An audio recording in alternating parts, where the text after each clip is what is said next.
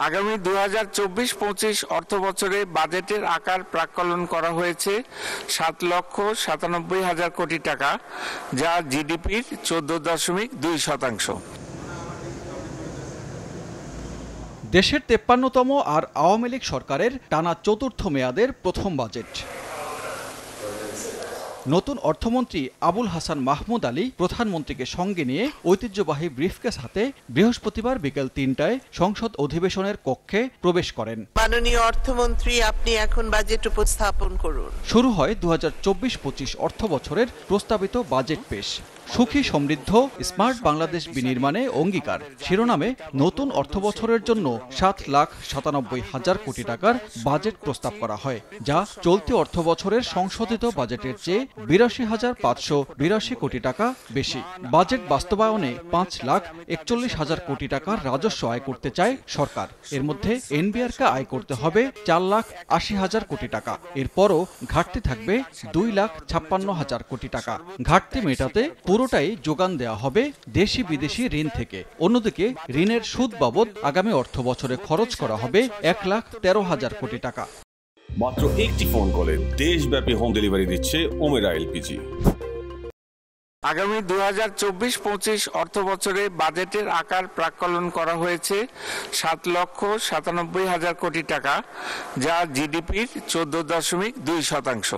মোট 5,41,000 কোটি টাকা রাজস্ব আয় প্রাক্কলন করা হয়েছে, যা জিডিপির 9.7%। ঘাটতির পরিমাণ দাঁড়াবে 2,56,000 কোটি টাকা। বার্ষিক উন্নয়ন কর্মসূচিতে বরাদ্দ 2,65,000 কোটি টাকা। পণ্যমূল্যের লাগাম টেনে ধরে মূল্যস্ফীতি 6.5% মধ্যে রাখতে চায় সরকার। অর্থনীতির চাকা ঘুরিয়ে প্রবৃদ্ধি অর্জনের লক্ষ্য ধরা হয় 6.75%। কৃষি খাত সহ মৎস্য ও প্রাণী সম্পদের উন্নয়ন এবং খাদ্য নিরাপত্তা নিশ্চিত করার লক্ষ্যে আগামী 2024-25 অর্থ বছরে 38,259 কোটি টাকা বরাদ্দের প্রস্তাব করছি। বরাদ্দের হিস্সায় এবারও পরিবহন ও যোগাযোগ খাত এগিয়ে। নিম্ন স্তরের মানুষকে স্বস্তি দিতে বাড়ানো হয়েছে সামাজিক নিরাপত্তা বলয়। শিক্ষা ও স্বাস্থ্য খাতেও বাড়ছে বরাদ্দ।